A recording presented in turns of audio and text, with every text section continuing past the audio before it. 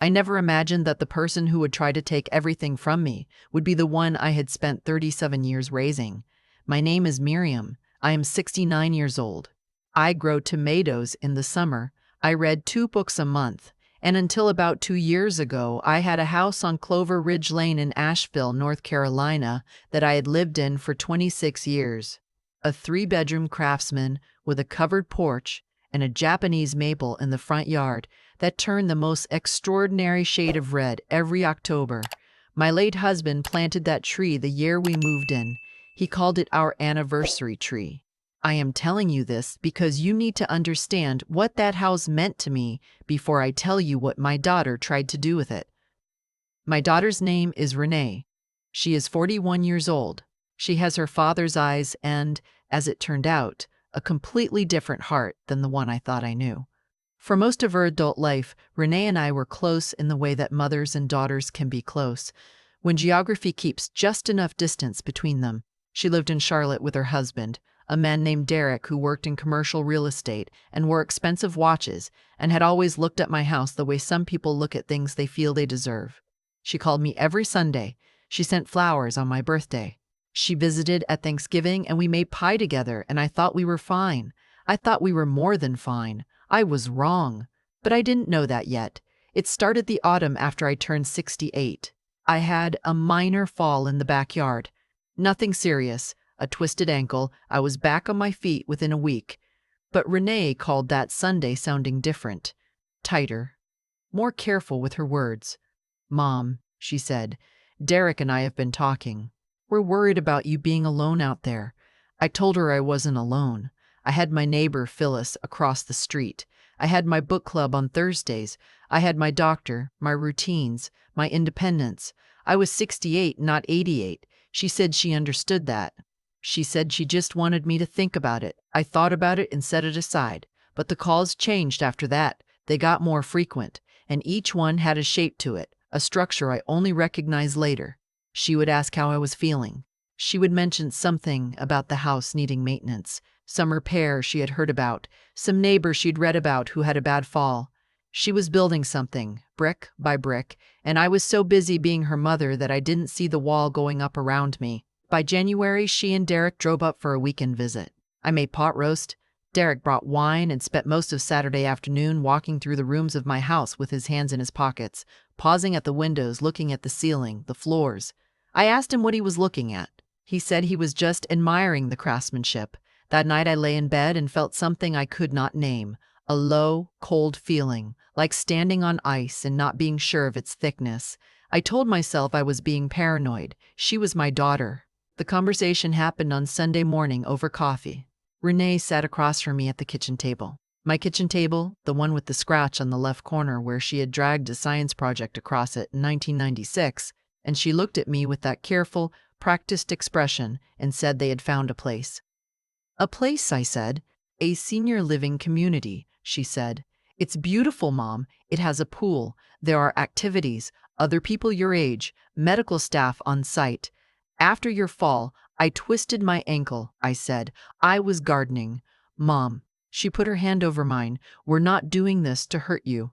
We're doing this because we love you, because we're scared." Derek said nothing. He was looking at the Japanese maple through the kitchen window. I asked them to leave me with the brochure. I would think about it. They left. I sat at the table for a long time. Then I went to the backyard and stood near my tomato beds and looked at the house and tried to understand what was happening. Not the surface of it, the underneath. And I thought about Derek, about the way he had walked through my rooms, about the Asheville real estate market, which I was not ignorant of. My neighbor Phyllis's son had sold his parents' house the previous spring for nearly twice what they had paid for it. About the way Renee had said, "we," every time she spoke, not like a daughter and a mother, but like a partnership presenting a proposal. I went inside and called my friend June. June is 72 and sharp as a tack and had been a paralegal for 20 years before she retired. I told her everything. She was quiet for a moment and then she said, "Miriam, I want you to call someone for me."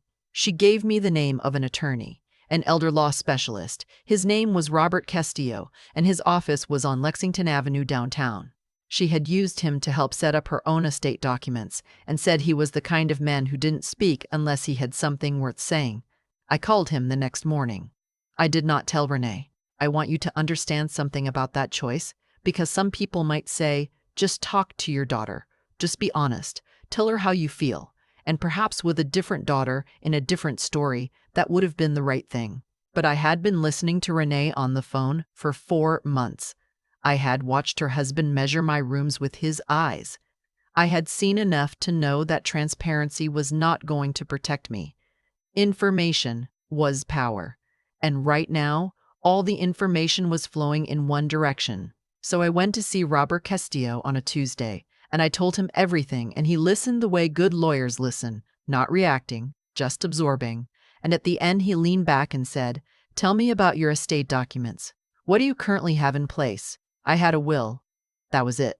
Written in 2009, updated once in 2014 after my husband passed. Basic. Straightforward. He explained to me what that meant. He explained what it did not mean. And then he explained what a revocable living trust was, and what a durable power of attorney was, and what happened to people who had neither when their family decided it was time to make decisions on their behalf. I sat very still while he talked. "How soon," I asked, "can we get this set up?" He said if I was ready to move forward, he could have documents drafted within a week. I said I was ready. I drove home and made dinner and called Renee on Sunday as usual and said I had been thinking about the senior living community. I said I was still resistant, but I was trying to keep an open mind. She sounded relieved. She sounded warm. She said she was proud of me for being willing to consider it. I said, "Thank you, sweetheart." Over the next 3 weeks, I met with Robert twice more. I signed a revocable living trust that placed my house and my primary assets under careful legal protection. I updated my will. I established a durable power of attorney that named my friend June, not Renee, not Derek, as my agent. I set up a healthcare directive. I did everything quietly, methodically, the way I plant garlic in October. No announcements, no fanfare, just hands in the soil doing what needs to be done. Then I waited. In March, Renee and Derek drove up again. This time they brought a folder. They had prepared materials. An overview of the senior community, Magnolia Crest it was called, a place in Hendersonville, about 40 minutes away, a breakdown of the monthly fees, a section on the real estate market in Asheville, printed from some website, showing recent sales on my street. And at the back, almost casual, a set of documents. "These are just preliminary," Derek said. He had never had much patience for pretense. "If you decide to move forward, we'd list the house. We've already spoken to an agent." I looked at the documents. A listing agreement, a form authorizing them to act on my behalf in the sale. "And where would the proceeds go?" I asked. There was a pause. A small one, but I caught it. "Into a trust," Renee said, "for your care." "A trust managed by whom?" "By us," she said. "For your benefit." I looked at my daughter. I looked at this woman I had pushed into the world, nursed through ear infections and heartbreaks, and a particularly brutal sophomore year of college, taught to make pie crust, driven to soccer practice in the rain. And I thought, you have been planning this. Not this weekend. For months. Maybe longer, I said. Let me read these tonight. They seemed pleased with that. Derek poured himself more wine. Renee hugged me before they went to bed. It felt like a hug from someone who believed they had already won. I went to my room and read every document. And then I called Robert from my bathroom with the door closed and described what I was looking at. He was calm. He said exactly what I had suspected. The listing authorization, if signed, would give Derek, who was listed as co-agent, significant authority over the sale. The trust they described was not one I was in control of. He walked me through what would happen to a woman who signed those documents versus a woman who had already established a revocable living trust with an independent trustee. So if I sign, I said quietly. If you sign those specific documents, he said, you are signing over meaningful control of your largest asset to your son-in-law. I sat on the edge of my bathtub for a while. Then I went back to the kitchen table, picked up a pen, and signed. Renee found me the next morning at breakfast, and her face, I will never forget her face, the relief on it, the satisfaction. She hugged me and said, Mom, I'm so glad. I'm so glad you trust us. I said, I love you, sweetheart. I meant it. That was the terrible part. I meant it completely. Derek took photos of the signed documents on his phone before they drove back to Charlotte. He was grinning in a way he tried to conceal and did not fully succeed at. When I walked them to their car, he clapped me on the shoulder like we had just closed a deal. I watched their car disappear down Clover Ridge Lane. I went inside. I made tea. And I called June. It's done, I said. All of it, she said. All of it, I said. What Renee and Derek did not know, what they would not know until it was far too late, was that the documents I had signed that morning were not the documents they believed them to be. 3 days before their visit, I had met with Robert one final time. He had reviewed the documents they were likely to bring. I had given him my best guess based on what Renee had described, and he had prepared a legal addendum, a modification of the authorization they were asking me to sign, that was technically compliant with their request, but which routed any proceeds from a potential sale directly into my revocable living trust, which I alone controlled with an independent trustee. In simple language, if they tried to sell my house, they could not access a single dollar. They would have to come to the trust, and the trust would ask them, politely, to explain in front of a judge why they believed they had authority over my assets when I had full cognitive function, no diagnosis of impairment, and a documented legal structure in place that predated their authorization by 6 weeks. I had not forged anything. I had not deceived them in any illegal sense. I had simply exercised my legal right to protect myself in my own time without informing people who had demonstrated, through their own actions, that they did not have my interests at heart. I went about my spring. I planted my tomatoes. I went to book club. I called June on Tuesdays and we went to lunch at a Thai restaurant on Marymount Avenue. I did not hear much from Renee, and I understood that this was the staging period. They were moving pieces, speaking to the agent Derek had lined up, perhaps already telling people that the house on Clover Ridge was coming to market soon. The call I had been expecting came in late April. It was not from Renee. It was from a man who introduced himself as a real estate attorney representing the buyer their agent had found. He said he was calling to coordinate the closing process and wanted to confirm several details about the ownership structure of the property. I gave him Robert Castillo's name and phone number. 2 days later, Robert called me. He had spoken with the buyer's attorney. The buyer's attorney had then called Derek. Derek had then, apparently, called a real estate attorney of his own. And that attorney had spent an afternoon reviewing the documents and then called Derek back. Robert relayed to me, with the precision I will always appreciate, how that conversation likely went. The authorization I had signed did not give Derek or Renee control over the proceeds. It authorized them to coordinate a listing, nothing more. Any funds from a sale would flow directly into my trust.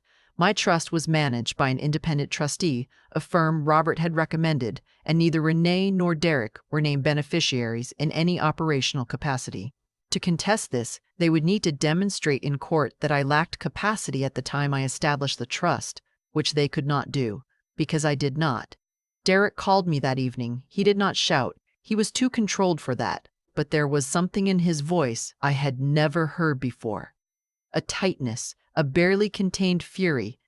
And for a moment, I understood what my daughter had been living with, and I felt something complicated that I'd pushed aside for later.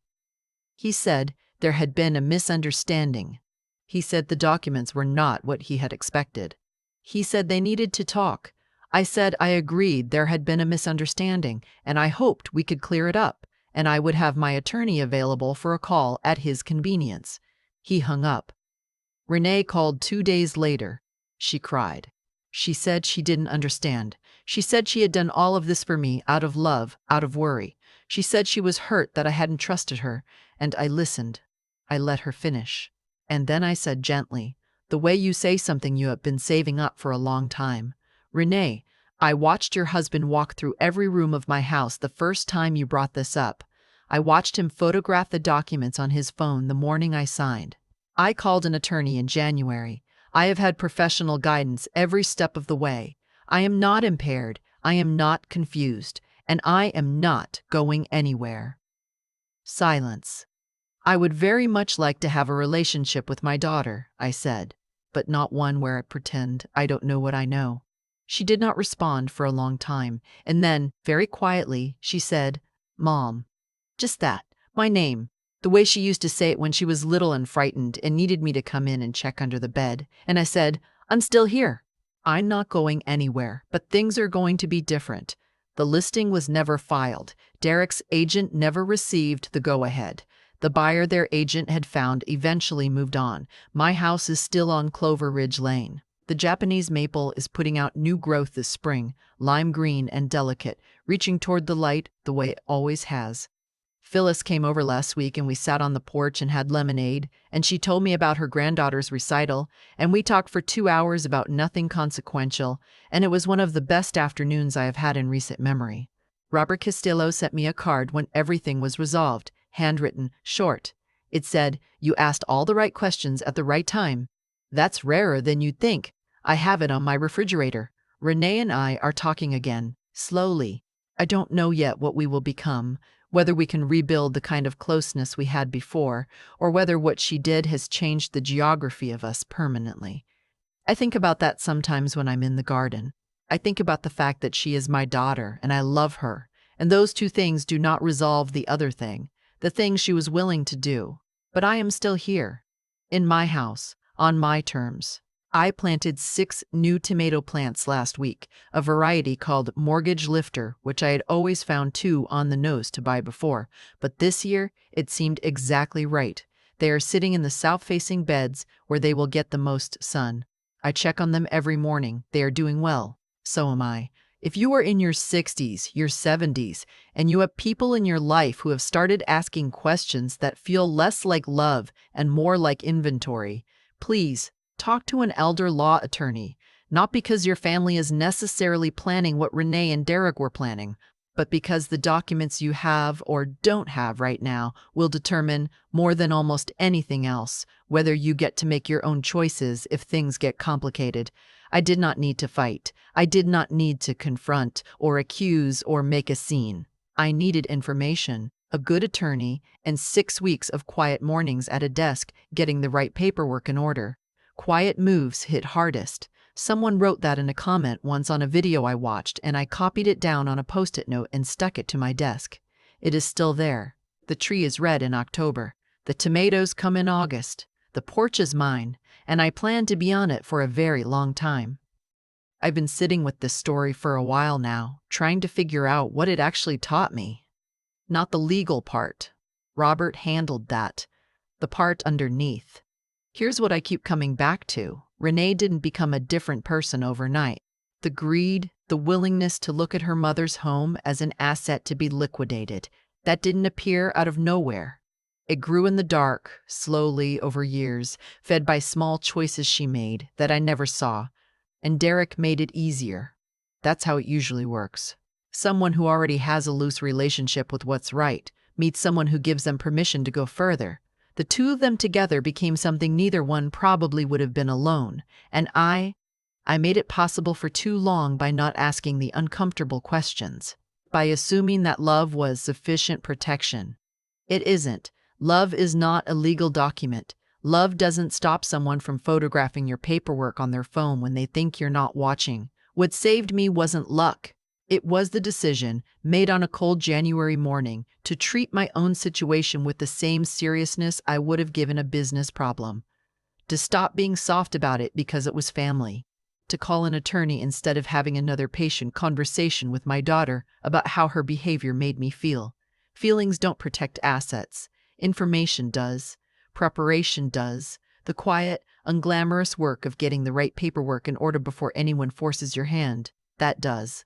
I think about Renee now and I feel something complicated. She made a choice. She looked at her mother, a woman who was healthy, capable, still planting tomatoes, still reading, still fully present in her own life, and she decided that her financial situation mattered more than my autonomy. That is a moral failure, not a small one.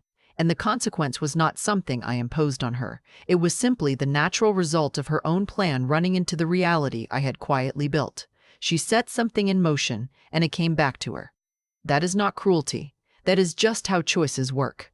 The thing I want to say to anyone watching this, especially if you are in your 60s, your 70s, and you have family members who have started showing unusual interest in your home, your finances, your care, is this: your clarity is your protection. Not your anger, not your confrontation, not your tears. Your clarity. The moment you understand what is actually happening, the moment you stop explaining it away and call it what it is, that is the moment you get your power back. June told me once that the most dangerous thing an older woman can do is assume she is safe because she is loved. I didn't understand that when she said it. I do now. I still have my house. I still have my garden. I still have my garden. I still check on those mortgage lifter tomatoes every morning. And I still have something else too. A kind of knowledge about myself that I didn't have before. I know now that I can be clear-eyed when it costs me something, that I can act quietly and wait, that I am not someone who falls apart when the people she trusted turn out to be something other than what she believed. That turns out to be worth knowing.